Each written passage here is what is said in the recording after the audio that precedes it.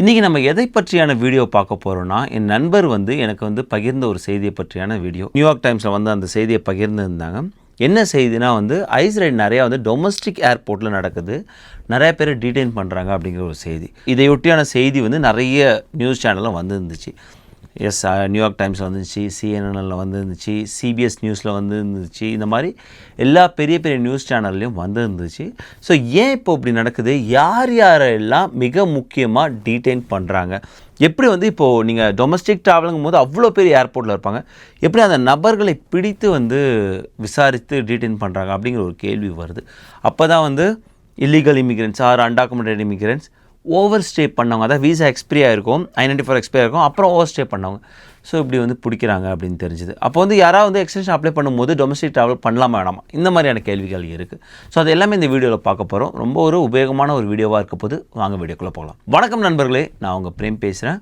So ice ஆஃபீஸர்ஸோட இந்த ride இப்போ புதுசாக நடக்குதா அப்படின்னா இல்லை, உங்கள் எல்லாருக்குமே தெரியும். இது பிரசிடென்ட் ட்ரம்ப் அவர்கள் பதவியேற்ற நாள்லேருந்து ஐஸ் ரைடுங்கிற ஒரு வார்த்தை ஈஸியாக நம்ம காதில் விழுற ஒரு வார்த்தையாக இருந்துகிட்ருக்கு.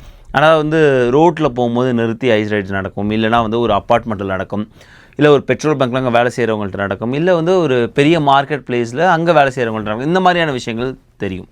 ஆனால் டொமஸ்டிக் ஏர்போர்ட்டில் ஐஸ் ரைட்ஸ் நிறையா நடக்குது. அங்கே எப்படி ஐஸ் ரைட் பண்ணுறாங்க அப்படின்னு கேட்டிங்கன்னா, இப்போ டொமஸ்டிக் ட்ராவல் யாராவது பண்ணுறாங்கன்னா ஆஃபீஸாக நம்ம டிக்கெட் புக் பண்ணுவோம். அது நீங்கள் United, Delta, South West airlines எதுலேயோ புக் பண்ணுறீங்கன்னு வச்சிங்களேன்.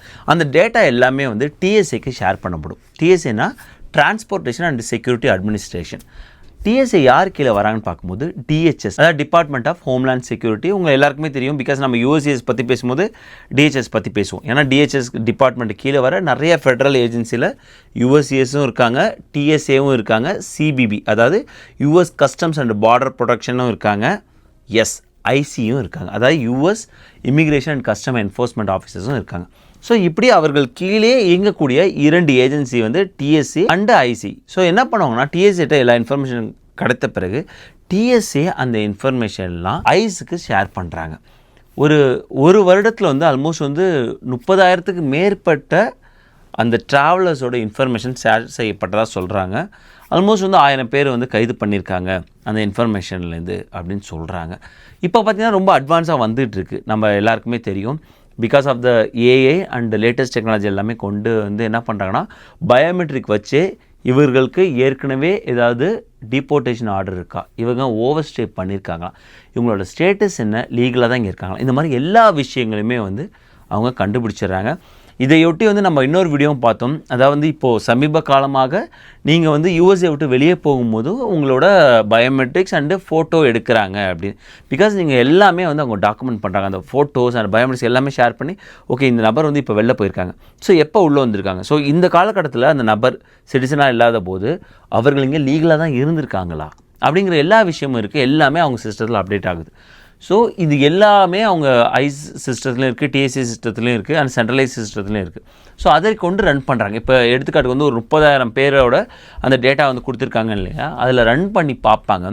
அதில் பார்த்துட்டு யார் யாரெல்லாம் ரெட் ஃப்ளாகில் இருக்காங்களோ, அதை யார் யார் over stay, undocumented immigrants or expiry ஆகியும் இருக்கிறாங்களோ அவர்கள் எல்லாமே டார்கெட் செய்யப்படுறாங்க. ஸோ எப்படி டார்கெட் செய்யப்படுறாங்கன்னா, அது வித்தியாசமாக சொல்கிறாங்க. அதாவது நீங்கள் போர்டிங் போகும்போது உங்களை டார்கெட் பண்ணலாம், ஆர் நீங்கள் போர்டிங்லாம் முடிச்சுட்டு நீங்கள் அந்த ரேம்பில் இருக்கீங்க, அதாவது அந்த ஜெட் பிரிட்ஜில் இருக்கும்போது அங்கே டார்கெட் பண்ணலாம். இது நடந்திருக்கு, வீடியோ உங்களால் பார்க்க முடியும்.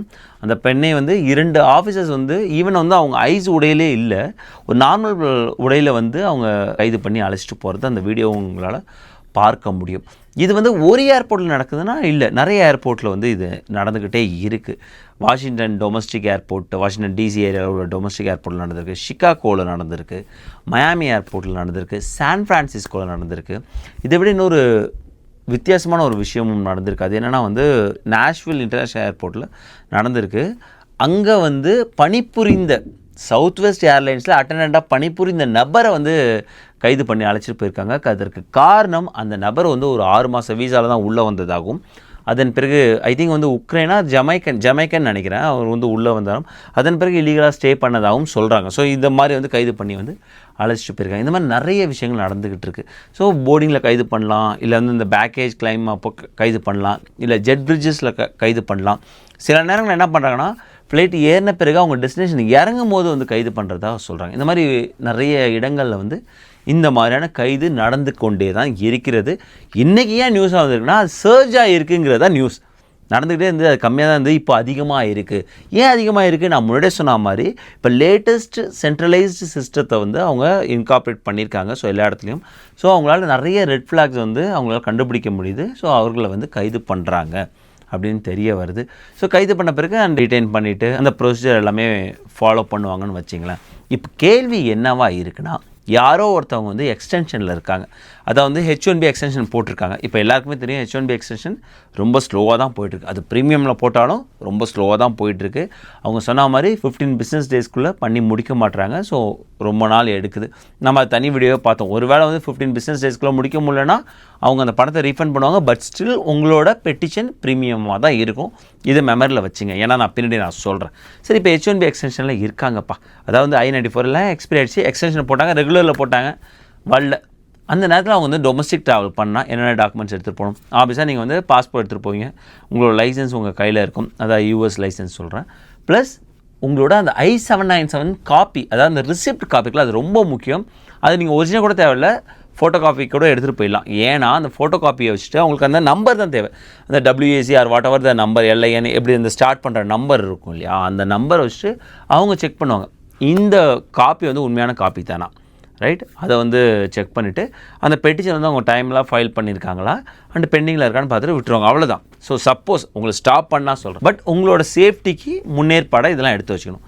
ஸோ இன்னும் நிறைய பேருக்கு வர கேள்வி, இது வந்து எக்ஸ்டென்ஷன் பெண்டிங்கில் இருக்கவங்களுக்கு ஓகே. இப்போ H1B அப்ரூவ் ஆகி கையில் வச்சுருக்காங்க, அவங்க என்னென்ன எடுத்துகிட்டு போனால் கண்டிப்பாக அவங்களும் ஃபோட்டோ காப்பி வச்சுக்கிறது நல்லது. சப்போஸ் வந்து உங்களுக்கு ஏதோ ஒரு காரணத்துக்காக ஐஸ் ஆஃபீஸர் வந்து நிறுத்தி நீங்கள் டொமஸ்டிக் ட்ராவல் பண்ணும்போது கேட்டாங்கன்னா நீங்கள் அந்த ஃபோட்டோ காப்பி காமிச்சிட்டு அந்த ரிசிப்ட் நம்பரை அவங்க செக் பண்ணிட்டு விட்டுருவாங்க. ஸோ அதனால் நீங்கள் அதை கையில் வைத்துக்கொள்வது மிக மிக நல்லது அப்படின்னு சொல்கிறேன். ஸோ நம்ம இப்போ வந்து இன்னொரு முக்கியமான ஒரு பாயிண்ட்க்கு வருவோம். நான் சொன்னேன் இல்லையா ரெகுலர் ப்ராசஸிங் பண்ணுறாங்கன்னு, அந்த ரெகுலர் ப்ராசஸிங்கே ரொம்ப ரொம்ப ரொம்ப ஸ்லோவாக நடந்துட்டுருக்கு. ஸோ இப்போ நீங்கள் டைம்லி ஃபைல் பண்ணிட்டீங்க. நிறைய பேர் இந்த கேள்வி கேட்குறேன். டைம்லி ஃபைல் பண்ணியாச்சு, அந்த ரெகுலர் ப்ராசஸிங் போய்கிட்டே இருக்குது. 240 நாளுக்கு மேலே ஆயிடுச்சுன்னா என்ன பண்ணுறது? இப்போ 240 நாள் உங்களுக்கு எல்லாருக்கும் தெரியும், ரிசிப்ட் வந்தால் நீங்கள் வேலை செய்யலாம் அப் டு 240 days. அது ரொம்ப முக்கியம். அந்த ஆட்டோமேட்டிக் எக்ஸ்டென்ஷனுங்கிறது 240 நாள் தான். 241வது நாள்லேருந்து நீங்கள் வேலை செய்யக்கூடாது. பட் ஸ்டில் நீங்கள் லீகலாக யூஎஸ்ஏல ஸ்டே பண்ணலாம். பிகாஸ் நீங்கள் எக்ஸ்டென்ஷன் டைம்லி ஃபைல் பண்ணியிருக்கீங்க அண்ட் யூஎஸ்ஏஸ்ட்டு அது பெண்டிங்கில் இருக்குது. அது அப்ரூவாக டினையாக வாட் எவர் அந்த ஸ்டேட்டஸ் வந்து இன்னும் அவங்க சொல்லலை. ஸோ அது வரைக்கும் நீங்கள் வந்து லீகலாக ஸ்டே பண்ணலாம், அதில் பிரச்சனை கிடையாது. பட் ஒர்க் ஆத்தரைசேஷனுங்கிறது 240 days தான். 241th டேலேருந்து நீங்கள் உங்கள் எம்ப்ளாயர்கிட்ட ஒர்க் பண்ணக்கூடாது, அவங்க உங்களுக்கு பேரோல் ரன் பண்ணக்கூடாது. இதுதான் வந்து எக்ஸிஸ்டிங்கில் இருக்கிற ஒரு விஷயம். ஸோ நிறைய பேர் இந்த கேள்வி அந்த 240 நாள் ரூல் H1Bயில் எப்படி வந்து ஒர்க் ஆகும் அப்படிங்குது. ஸோ நீங்கள் ஸ்டே பண்ணுறது எந்த பிரச்சனை இல்லை. பட் நீங்கள் 241வது நாள்லேருந்து வேலை இல்லாமல் இங்கே ஸ்டே பண்ணலாம். பட் நீங்கள் யோசிச்சு பாருங்கள், நீங்கள் பேரோலே ரன் ஆகலை, உங்களுக்கு காசு இல்லைன்னா அன்றாடம் நீங்கள் வந்து யூஎஸ்ஏவோட செலவை வந்து நீங்கள் வந்து எதிர்கொள்ள வேண்டியது இருக்கும். ஸோ அதனால் வந்து அவ்வளோ தூரம் விட்டுறாதீங்க. ஒரு 200 நாள் நீங்கள் பாருங்கள், ரெகுலர் ஒர்க் ஆகலாம், ப்ரீமியம் போட்டு விட்டுரு. சில கேஸில் ப்ரீமியம் வந்து 15 பிஸ்னஸ் டேக்கு மேலே ஆகுது. பட் ஓகே, பட் உங்களுக்கு ஒரு மாதத்துக்குள்ளே ஈஸியாக வந்துடும். அதற்காக சொல்கிறேன். ஸோ நீங்கள் வந்து கடைசி வரைக்கும் வெயிட் பண்ணிங்கன்னா அது ஒரு பிரச்சனை இருக்குது 241வது நாளில் அப்படிங்கிறத தெரிஞ்சுக்கணும். ஸோ அதற்கு முன்னதாகவே நீங்கள் ப்ரீமியம் போடுறது மிக மிக மிக ஒரு நல்ல விஷயம். அண்ட் எகெயின் நான் வந்து 240 நாளோ இல்லை 241வது நாளோ உங்களுக்கு அந்த டாக்குமெண்ட் நீங்கள் டொமஸ்டிக் ட்ராவல் பண்ணும்போது அந்த டாக்குமெண்ட் ரொம்ப முக்கியம். ஸோ டொமஸ்டிக் ட்ராவலில் இப்போ ஐஸ் ரைட்ஸ் அதிகமாக இருக்கிறதுனால ஐஸ் ஆஃபீஸர்ஸ் யாரை வேணால் நிறுத்தி கேள்வி கேட்கலாம்ங்கிற ஒரு சூழ்நிலை இருக்கிறதுனால பெட்டர் நீங்கள் நான் யூஎஸ்ஏ சிட்டிசனாக இருக்கும்போது, அதாவது நீங்கள் H1 ஆர் L1 வீசாவில் இருக்கீங்க, ஸ்டூடெண்ட் வீசாவில் இருக்கீங்க, இல்லை I-485 EAD அண்ட் அட்வான்ஸ் பரோலில் இருக்கீங்க, இல்லை க்ரீன் கார்டில் இருக்கீங்கன்னாலும் அது சம்மந்தமான டாக்குமெண்ட்டை நீங்கள் வந்து ஃபிசிக்கலாகவோ இல்லைனா டிஜிட்டலாகவோ வச்சுக்கிறது நல்லது. ஃபிசிக்கலாகும் போது நீங்கள் ஃபோட்டோ காப்பியை வச்சுருந்தா போதும். ஏன்னா வந்து நம்ம சம்டைம் ட்ராவல் ஏதாவது தொலைச்சிருவோங்கிற பயம் வரும். நம்ம ஒரிஜினல் காப்பி வச்சுக்கும் போது ஃபோட்டோ காப்பி வச்சுருந்தா போதும். பிகாஸ் அவங்க சிஸ்டத்தில் எல்லாமே இருக்கும், அந்த நம்பர்ஸை வச்சு அவங்க வந்து செக் பண்ணிட்டாங்க.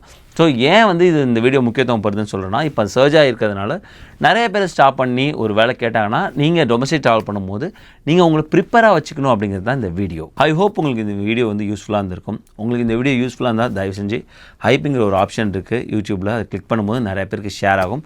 மறக்காமல் லைக் பண்ணுங்கள், ஷேர் பண்ணுங்கள், நம்ம சேனலை சப்ஸ்கிரைப் பண்ணுங்கள். நன்றி, வணக்கம்.